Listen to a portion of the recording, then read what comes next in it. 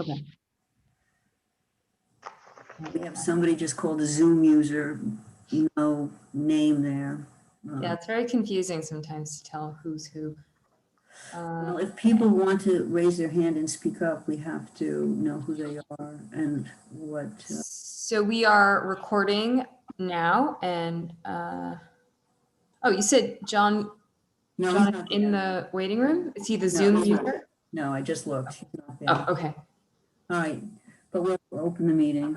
Of course, it's after 7 o'clock, and we're on. We're good. We're on. We're live streaming. Okay. Good evening, everyone. Call the meeting to order. This is the Village of Mamaroneck Board. It's January 27th, 2021. We have a very light agenda tonight, which we will take care of. The first item on the agenda is approval of minutes from the September 23rd, 2020 meeting. A set of minutes was sent to everyone. Just so you know, I pulled the ones that were posted on the website had some minor typos in them, which were corrected, and that's why you got a revised copy sent to you this week, everyone on the board, and there was just some minor things that didn't warrant discussion. So if everyone's reviewed the minutes and if we're ready to vote on them, I need a motion to accept the minutes, or if anybody has any comments before that. We don't follow Robert's Rules of Order here. We can have comments before we open the motion. So moved. Second. Any discussion at all? Okay, this is to approve the minutes. Richard, Yes. Cindy, Yes. Ellen? I wasn't at that meeting or Oh, seen okay, it, so so- I'm gonna hold off. You're gonna abstain? Okay, I'm gonna abstain. and let's show Mr. Bernie as absent for the vote. Okay, that was simple enough. Okay, the only other item on the agenda is a site plan review at 1040 Nautilus Lane. This was an application that came to us 2 weeks ago. It's a single family home that's looking to put on an addition on the second floor bedroom level and an addition over the existing living room kitchen level, and converting a screen deck to interior space. When we met 2 weeks ago, the open issues were a final review of the landscaping plan by our landscape architect, and we received her report. And the engineering report was pending, and we received Mr. Garcia's report. The applicant responded to that report rather quickly, and Mr. Garcia sent us a second report after reviewing the information that the applicant sent in to us. And I guess that's where we are right now at the final stage. The application was approved by BAR on December 1st. So we're at the end of this process. Does anybody have any questions for either Mr. Garcia, Ms. Oakley, or the applicant? We can promote them to participants if we need to. I have a question for Mr. Garcia. I'd be interested, originally you had raised some concerns with the original SWIP. And I was wondering if you could kind of take us through how those concerns were answered, because I see the revised SWIP, I see the original SWIP. Can you kind of explain how those concerns were answered? Yeah, so if you went through my memo, one of my main concerns was just the separation distance between the proposed the bottom of practice that the applicant's engineer of record was proposing.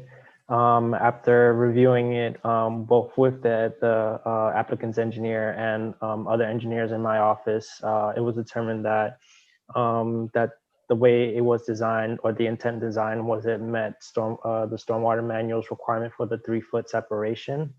There was also a concern about the TC that was used, which was, he did send me a revised, after speaking to him yesterday, he did revise his SWIP report which recorded the correct TC value that was supposed to be used. And then also on his in his hydraulic calculations or hydrologic calculations, he did revise his elevations to just to make sure that everything worked fine with what he was proposing. So after the other comments that were in my report from last week, were also, all those comments were satisfied. So there was nothing major that caused major concerns in terms of an engineer aspect for the project. Okay, so it was basically revised a bit for the to have that 3 feet distance that you were initially concerned about. Yeah, and you know, after speaking with other engineers in my office, there was the intent of the design and how it was calculated, everything seemed fine in our part, and it was quickly we were able to approve it. And good evening, Michael Stein with Hudson Engineering. And just to clarify, the original design, we didn't need to change anything based upon the elevations. Basically, the below the dry well system or Coltec system, we had a foot of crushed stone. But in our design calculations, we weren't accounting for that stone being there. We're just looking at it as basically a bedding for the Coltec system. Yeah. I see. I just had a question about the Coltex.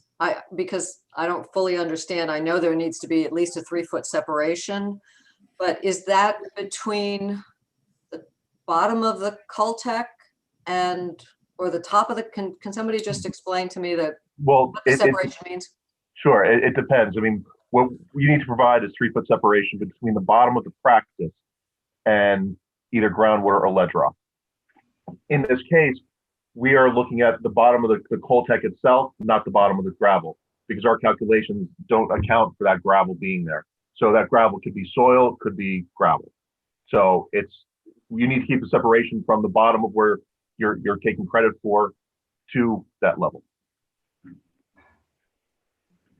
Okay, and so you've done, I see the percolation testing and all that's cleared up. What about, is there a requirement for infiltration testing? Yes, that's percolation testing. Yeah, so the percolation test is considered an infiltration test. It's just in the industry it's used interchangeably, or that's the common nomenclature for that type of test is a percolation test. A percolation test? Yes. Are there other types of infiltration tests? No, I think the stormwater manual calls for that type of test, and in their SWIP report, you know, Hudson Engineering did lay out how the test was done, and it did meet the stormwater manual's requirements for that type of infiltration test. Okay, I just thought they were 2 different things.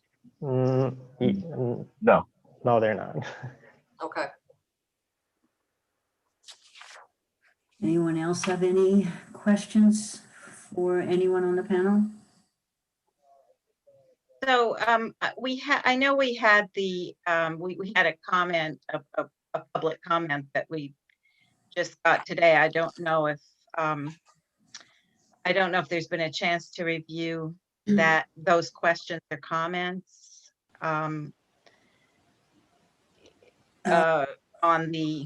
basically on the engineering. Have you been able to see the public comment, Mr. Garcia, or those questions? Yes, I have. I think Amber had forwarded to me a couple hours prior to the meeting. I think one was relating to the percolation test. Another one was I want to say the test pit that was done. I think the only in terms of what they did, I think is fine. From practice, from other projects I've worked on, I think the only question is probably the 24-hour checking the water level 24 hours later, which I don't think was done on this project, but I have no major concerns in terms of the water level changing or rising to cause any concerns with this system. And the science supports that. Yes. Science supports that, and it's documented in the SWIP. Right. We, if our consulting engineer has approved the project and things make sense to all of us, we tend to go with our consulting engineer because he's an engineer. So we got, other than the one condition for as-built, for the stormwater survey as-built after the project is built, there would be no other conditions on this application. And all information with regards to this application was posted on the village's website. Some of it didn't come in until late. When we have an application like this and we're moving and we have nothing else on the agenda and planning board members and their consultant can spend time on things to make sure we get it done before the meeting. We're not so hard and fast with our rules with regards to making sure everything's in within 2 weeks before the meeting or 10 days before the meeting. So we accepted information for this right up till today, especially from our own consultants. I very much appreciate that as the homeowner. So thank you, everybody. Well, why not? If we can, we'll do it. If we can't, if it's complicated or we need more time, we'll be open and honest and transparent with everyone. There's no need to be obnoxious about this whole thing. If we can do it, we'll do it. Okay, anybody else have any questions? We're good? Okay. And now for something completely different. We, because things were coming in towards the end of the period of time, we had a draft resolution that then changed because we got the engineer's report. So we have we did not circulate a resolution to the planning board members or to the applicant. So our attorney or our planner, somebody has this application on their screen, they're going to share the screen with us. And Yes, I can share that. if it's possible that we can kind of review it as a group, and it's very not controversial, it's very straightforward. I think the only question was what was the section, block, and lot number, because there were two different numbering schemes used in the application. I think we always use the village tax maps, which is a pretty straightforward section number, block number, lot number. But then there were also some other numbers that were being used in this application. Yeah, there's a village block and lot, and there's a town of Mamaroneck block and lot. So it's possible sometimes the applicants use one and Okay. All right. That was the only question that really came up when we were reviewing the draft. So do you want to share your screen? And Yeah. Teresa, if you want to walk us through this, since you're Sure. the author. So Amber will put it. I'm just gonna pull up the resolution. Does everybody see that? Yeah, maybe make it a little bit bigger. Well, that's really clear. That's excellent. There we go. Thank you. So you can see what I did there. I put the village number and the section, block, and lot number, so it's crystal clear. So both numbers are there. What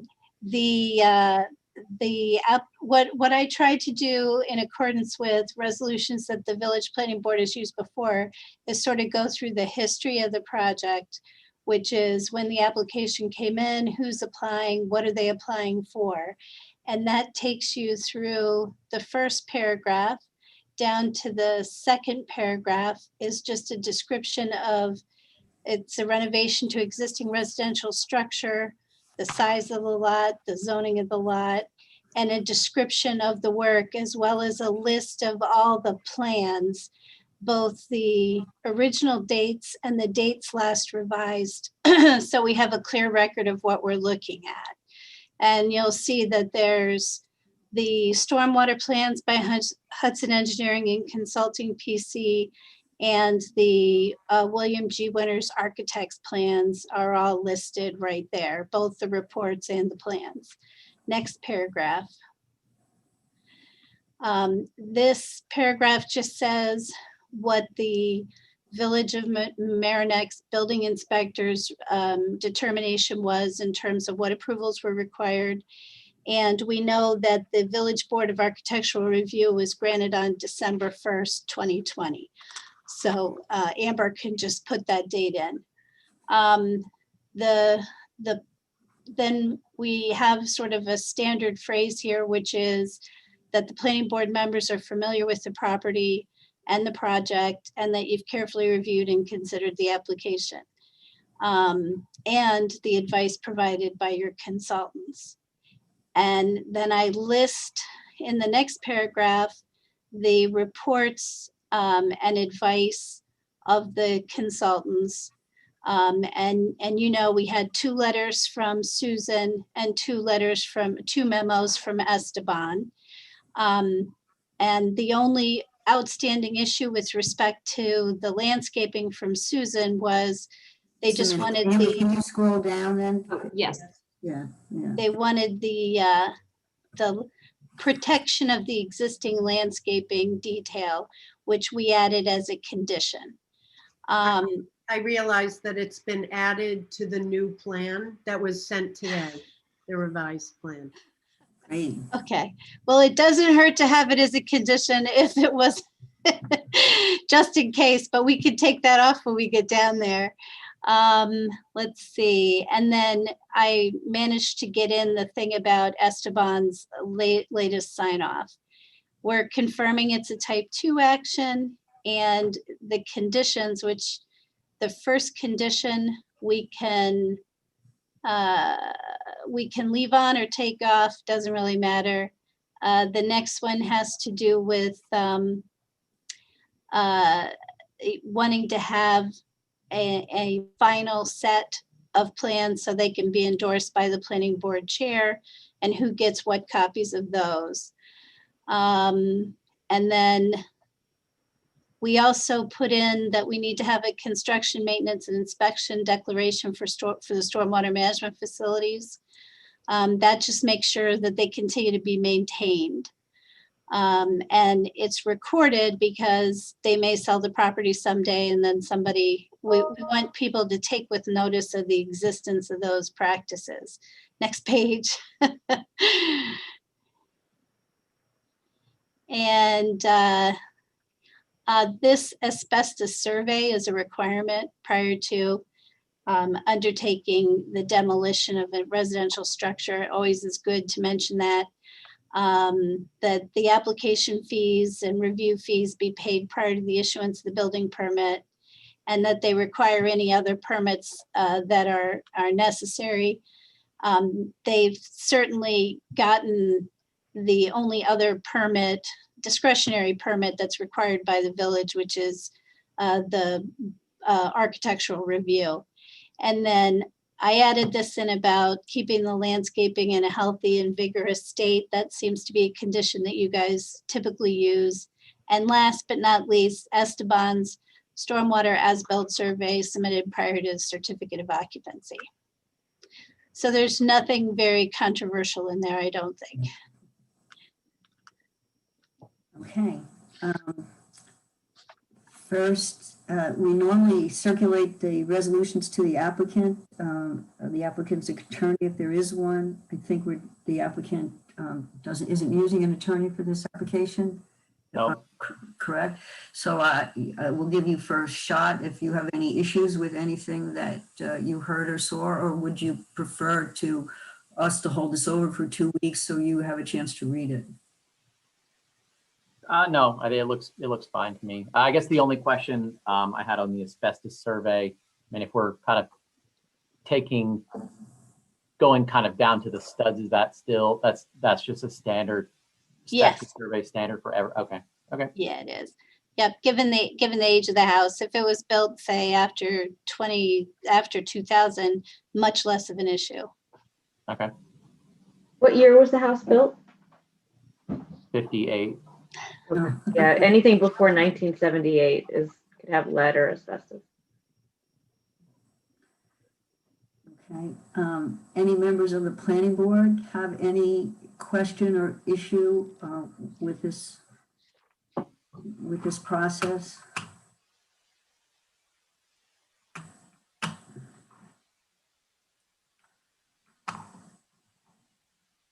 I would move to approve. All right. Somebody in the chat room, I think it's your neighbor. Sir, if you wish to speak, this isn't a public hearing, but if there's something that you would wish to say, if you could raise your hand.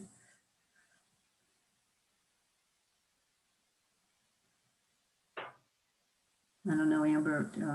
I just promoted to panelist. Okay. Yeah. This is the You person. can also use the chat feature to communicate with us so that we can help you out if you're having trouble with anything. Okay. I think you might need to unmute. Right. You want to pull the resolution down so we can see people? Yes. Hello? Hello, is there something you'd like to say? You're muted right now. And please identify yourself because you're just listed as a Zoom user.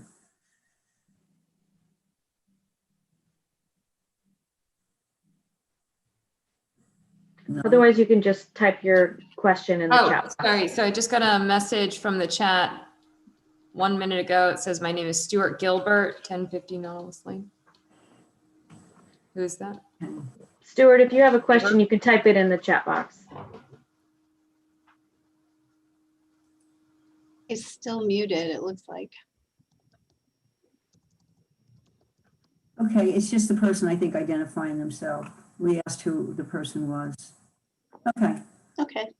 all right. So we have a motion on the table then to approve the resolution. Anybody want to second that? Second. Any discussion or comments? No? Okay, we'll take a vote. Richard? Yes. Ellen? Yes. John? Yes. Cindy? Yes. And I vote yes. Easy peasy. You're done. Thank you. Done with us. Great. Okay. Thank you very much. Have a great evening, everyone. Thank you very much. Bye. Good luck, Thanks. Michael. Okay, all right. And that All brings right. us to the end of our agenda, unless anybody has anything else they want to bring up. We did the minutes and we did this, very short agenda. No? Okay. Adjourn. So moved. Second.